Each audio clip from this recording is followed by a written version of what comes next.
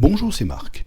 Bienvenue sur ma chaîne Muscles et Longévité l'autre voie ou comment être en santé optimale dans un corps athlétique. Aujourd'hui, nous allons faire une vidéo un petit peu différente des précédentes. Cela fait maintenant environ 9 mois que je n'ai rien publié sur cette chaîne. 9 mois de silence donc, et je crois qu'il est temps de te donner quelques nouvelles.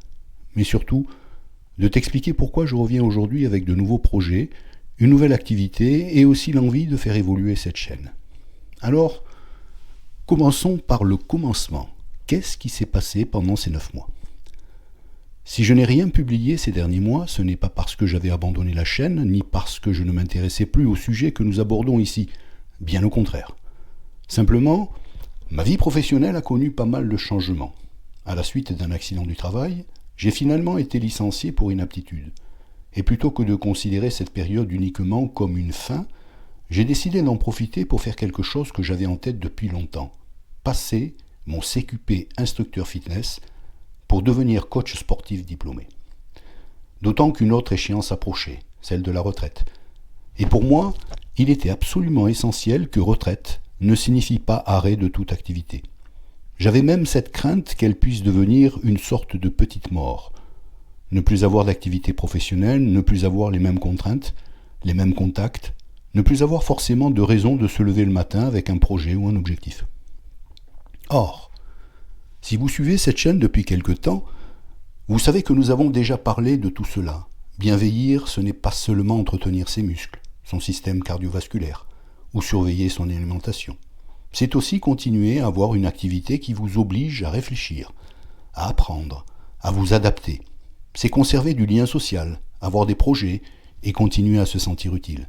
Ce sont, à mes yeux, des éléments essentiels d'un vieillissement réussi.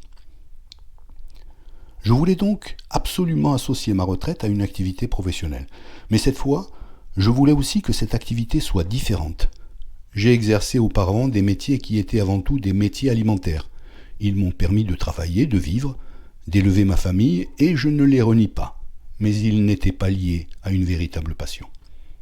À ce stade de ma vie, j'avais envie de faire autrement. Je voulais transformer en activité professionnelle quelque chose qui me passionne depuis très longtemps. L'entraînement, la musculation, mais plus largement tout ce qui touche à la santé et au vieillissement. C'est dans cette logique que j'ai passé mon CQP instructeur fitness et que j'ai décidé aujourd'hui de développer une activité de coach sportif à temps partiel. L'idée étant de conserver un équilibre, continuer à exercer une activité qui me passionne, tout en gardant suffisamment de temps libre pour profiter pleinement de ma retraite, mais également limiter volontairement le nombre de personnes que j'accompagnerai afin de pouvoir proposer à chacune un suivi réellement individualisé et de qualité. Ce diplôme est venu compléter des années d'entraînement personnel, de lecture et de recherche, mais également une formation en naturopathie que j'avais suivie auparavant. Et je ne considère certainement pas le CQP comme un aboutissement. C'est plutôt une étape supplémentaire. Parce que je souhaite continuer à me former et à approfondir certains domaines qui me paraissent particulièrement importants lorsqu'on s'intéresse à la santé et à la longévité. Je vais notamment suivre une formation auprès de DFM, essentiellement consacrée au système digestif et au microbiote. Un domaine absolument passionnant et dont nous aurons certainement l'occasion de reparler sur cette chaîne. Un diplôme pour être coach en toute légalité donc, mais quelle est ma vision du coaching ? Pour développer mon activité de coaching, je considère que j'ai 2 points forts sur lesquels je souhaite vraiment m'appuyer. Le premier, c'est ma structure. Pour ceux qui suivent la chaîne depuis un certain temps, vous avez déjà pu voir mon home gym, cette salle privée que j'ai complètement rééquipée et réaménagée. Et je pense que cette salle peut répondre à une vraie attente. Tout le monde n'a pas envie de pousser la porte d'une salle de sport traditionnelle. Certaines personnes ne s'y sentent tout simplement pas à l'aise. Elles peuvent craindre le regard des autres, le jugement, ne pas savoir comment utiliser une machine ou avoir le sentiment qu'elles ne sont tout simplement pas à leur place. C'est particulièrement vrai lorsqu'on débute, lorsqu'on reprend une activité physique après plusieurs années ou lorsqu'on avance en âge. L'idée est donc de leur proposer autre chose. Une salle privée, entièrement équipée, dans laquelle il n'y a que le coach et la personne entraînée. Pas de regard extérieur, pas de jugement, pas d'attente pour utiliser une machine. Un lieu dans lequel on peut prendre le temps d'apprendre, de progresser et surtout de reprendre confiance. Mon deuxième point fort, je pense que c'est tout simplement mon parcours. À 63 ans, je ne suis évidemment pas le profil le plus représenté parmi les coachs sportifs. On trouve beaucoup de jeunes coachs et on commence également à voir se développer des offres destinées aux personnes très âgées, essentiellement autour du maintien de l'autonomie. Entre les deux, en revanche, je trouve qu'il existe encore assez peu de choses. Or, avoir 50, 60 ans ou davantage ne signifie pas forcément que notre seul objectif sportif doit être de conserver suffisamment de force pour monter un escalier. On peut avoir plus de 50 ou 60 ans et vouloir être véritablement en forme. On peut vouloir gagner du muscle, perdre de la masse grasse, améliorer ses performances, retrouver une silhouette athlétique, être plus fort, plus mobile, avoir un meilleur cardio et se fixer des objectifs sportifs relativement ambitieux. Et je pense que mon propre parcours peut justement parler à des personnes et peut-être aussi les rassurer, parce que je ne leur parle pas du vieillissement uniquement à travers des livres ou des formations. Je le vis moi-même. Je connais les adaptations nécessaires, les difficultés que l'on peut rencontrer, mais également les capacités que l'on peut conserver et même développer à un âge où beaucoup pensent qu'il est déjà trop tard. C'est donc autour de ces deux particularités, une salle privée et mon propre parcours, que je souhaite développer mon activité. Et pour me faire connaître, j'ai décidé dans un premier temps de rester très local. J'ai également commencé à préparer des affiches, notamment pour les apposer sur ma voiture, mais également des formats plus petits destinés à être affichés dans certains commerces ciblés, avec l'objectif de me faire connaître auprès de personnes situées dans un rayon environ de 15 à 20 km autour de ma salle. Pour accompagner cette nouvelle activité, j'ai décidé de créer dès la rentrée un compte Instagram. Aujourd'hui, c'est probablement l'un des meilleurs moyens de se faire connaître, de montrer ce que l'on propose, mais aussi de montrer qui l'on est. L'idée n'est pas de chercher des milliers d'abonnés répartis dans toute la France. Ce qui m'intéresse avant tout, c'est de pouvoir faire connaître mon activité auprès d'une poignée de personnes qui habitent suffisamment près pour venir réellement s'entraîner avec moi. Je vais donc également utiliser Instagram et la publicité locale pour essayer de toucher précisément ce public. Parce que j'ai fait un choix assez clair, je veux privilégier le coaching en présentiel. Je sais que le coaching en ligne est aujourd'hui extrêmement développé et très demandé. Je ne ferme pas complètement la porte à cette possibilité. Mais ce n'est pas le cœur du métier tel que je l'envisage. Pour moi, accompagner quelqu'un, ce n'est pas simplement lui envoyer un programme avec 3 séries de 10 répétitions et lui demander quelques jours plus tard comment cela s'est passé. J'ai besoin de voir la personne bouger, de corriger un mouvement, d'adapter immédiatement un exercice, de voir lorsqu'elle peut aller un petit peu plus loin, ou au contraire, s'il vaut mieux lever le pied. Mais surtout, j'ai besoin de ressentir la personne, ressentir sa motivation, mais aussi son manque de motivation certains jours, comprendre ses appréhensions, voir lorsqu'elle doute, lorsqu'elle manque de confiance, ou au contraire, lorsqu'elle est prête à franchir une étape supplémentaire. Cette relation humaine me paraît essentielle dans le métier de coach. Et même si l'on peut évidemment faire beaucoup de choses à distance aujourd'hui, je ne pense pas que l'on puisse retrouver complètement cette proximité à travers un téléphone ou un écran d'ordinateur. C'est pour cela que le présentiel restera au cœur de mon activité. Et là encore, je ne veux pas simplement proposer des séances de musculation. L'idée est d'aller vers un accompagnement beaucoup plus global. La musculation en constituera évidemment une part importante, parce que vous savez à quel point je considère que le maintien de la masse musculaire et de la force comme essentiel, notamment lorsqu'on avance en âge. Mais être en bonne santé ne se résume certainement pas à soulever des poids 3 ou 4 fois par semaine.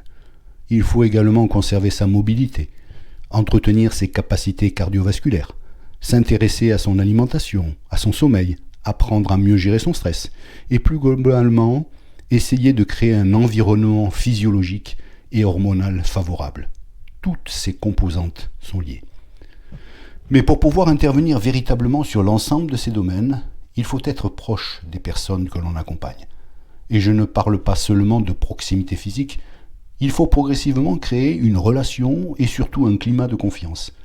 Parce que lorsque l'on commence à parler d'alimentation, de sommeil, de stress, de difficultés personnelles ou encore d'environnement hormonal, on touche parfois à des informations qui relèvent de l'intime.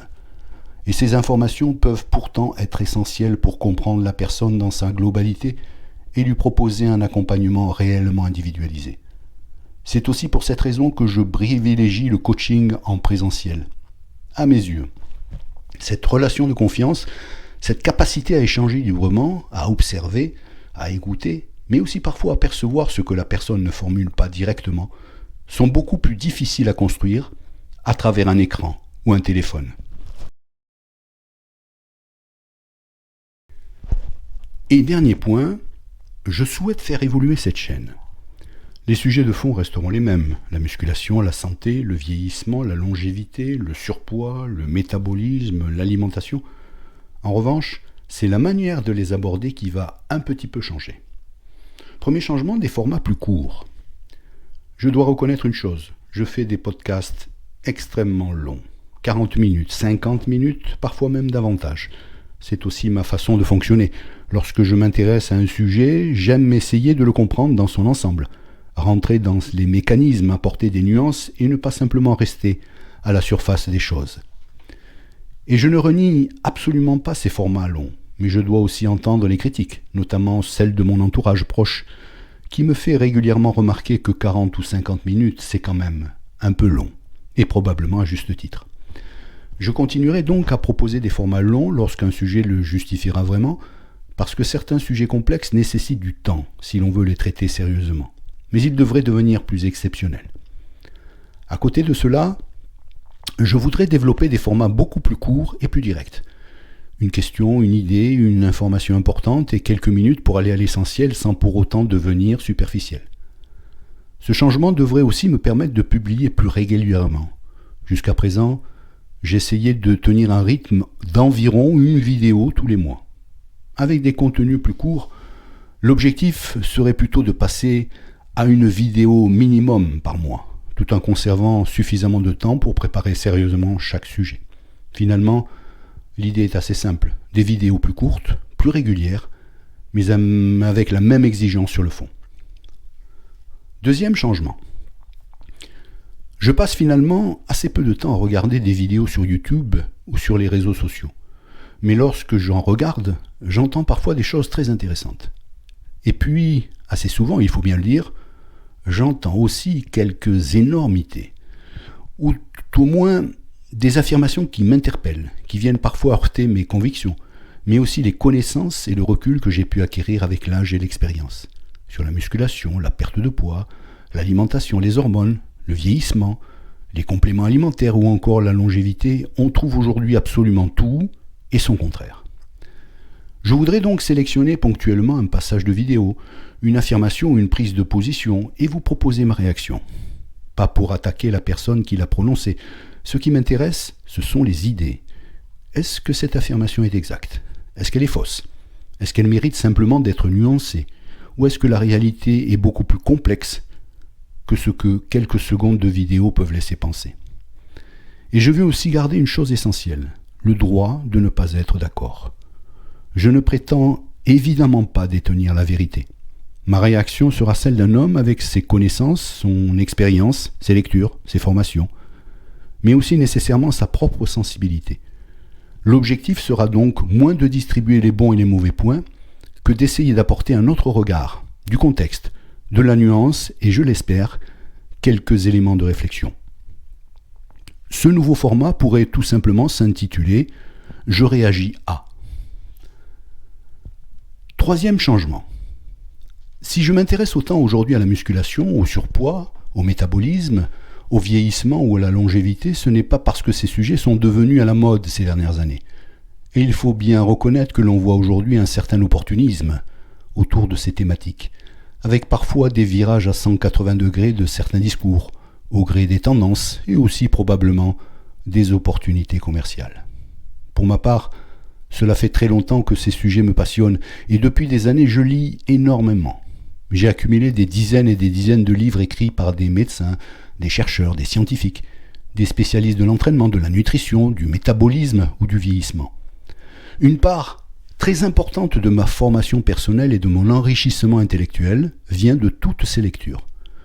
Et je trouve finalement dommage de garder tout cela pour moi. Je voudrais donc vous faire découvrir certains de ces auteurs, mais surtout certaines de leurs réflexions. Il ne s'agira évidemment pas de vous retranscrire un livre. Je pourrais simplement sélectionner un passage, une idée ou une réflexion qui me paraît particulièrement intéressante, vous la présenter, puis essayer de l'expliquer, de la commenter, de la mettre en perspective et éventuellement de la confronter à d'autres connaissances ou à d'autres points de vue. En quelque sorte, donner directement la parole à ceux qui ont nourri ma propre réflexion. Parce que derrière beaucoup des connaissances que je partage avec vous, il y a des chercheurs, des médecins, des scientifiques et des auteurs qui ont parfois consacré une grande partie de leur vie à ces sujets. Et je tiens à préciser un point qui me paraît important. Les livres dont je vous parlerai sont des livres que j'ai achetés, que je possède et que j'ai choisi de lire personnellement. Il n'y aura derrière ces choix aucune collaboration commerciale, aucun livre envoyé par un éditeur ou par un auteur en échange d'une présentation. Évidemment, aucune rémunération. Je tiens à conserver une totale indépendance dans mes lectures comme dans les ouvrages que je déciderai de vous présenter.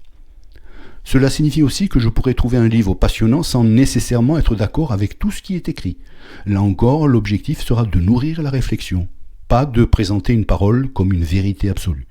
Ce nouveau format pourrait s'intituler tout simplement « Je donne la parole à ». Et dernier changement.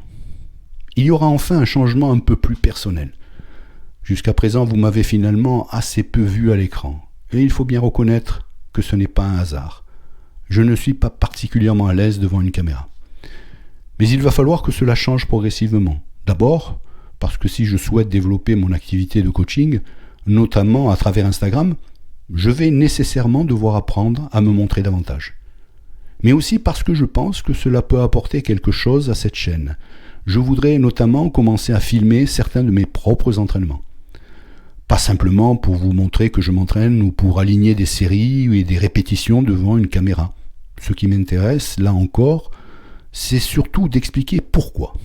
Pourquoi est-ce que je choisis cet exercice plutôt qu'un autre? Pourquoi est-ce que je l'exécute de cette manière? Pourquoi est-ce que je conserve certains mouvements et pourquoi en ai-je abandonné d'autres? Comment est-ce que j'adapte aujourd'hui mon volume d'entraînement, mon intensité, ma récupération ou le choix de mes exercices?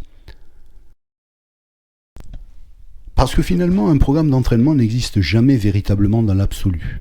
Un bon entraînement est un entraînement individualisé. Il dépend de ton âge, de ton expérience, de ta morphologie, de tes capacités, de tes éventuelles limitations, de tes objectifs, mais aussi de ta capacité à récupérer. Et à plus de 60 ans, après plusieurs décennies d'entraînement, mon programme est nécessairement le résultat de tout cela. Il est maintenant temps de nous quitter. Pour résumer, cette chaîne va donc évoluer autour de 4 axes. Des contenus plus courts et plus réguliers. Un nouveau format, je réagis à, pour apporter mon regard sur certaines affirmations que l'on peut entendre sur Internet. Le partage de mes lectures et de mes connaissances de spécialistes avec je donne la parole à. Et enfin, davantage de pratique, avec des entraînements filmés et progressivement un peu plus de présence face caméra. Voilà donc les 4 évolutions que je voulais te présenter aujourd'hui pour essayer de donner un nouveau souffle à cette chaîne. Parce qu'il faut aussi se rappeler comment elle est née. Lorsque j'ai créé Muscles et Longévité, l'autre voie, je n'avais pas encore de projet professionnel véritablement défini. Cette chaîne était aussi pour moi une façon d'apprendre à maîtriser un nouvel outil, de me familiariser avec la création de contenu, de partager mes connaissances et quelque part de chercher progressivement la direction que je voulais prendre. Aujourd'hui, les choses sont différentes. Mon projet de vie est beaucoup plus clair. Il était donc probablement temps de recadrer cette chaîne pour qu'elle corresponde davantage à celui que je suis aujourd'hui et au projet que je veux construire pour les années qui viennent. Le fond, lui, ne change pas. Continuer à apprendre, à comprendre et à partager autour de cette même ambition. Être en santé optimale dans un corps athlétique. Alors merci de continuer à me suivre après ces quelques mois d'absence. Et cette fois-ci, je peux vraiment te le dire, à très bientôt sur Muscles et Longévité, l'autre voie.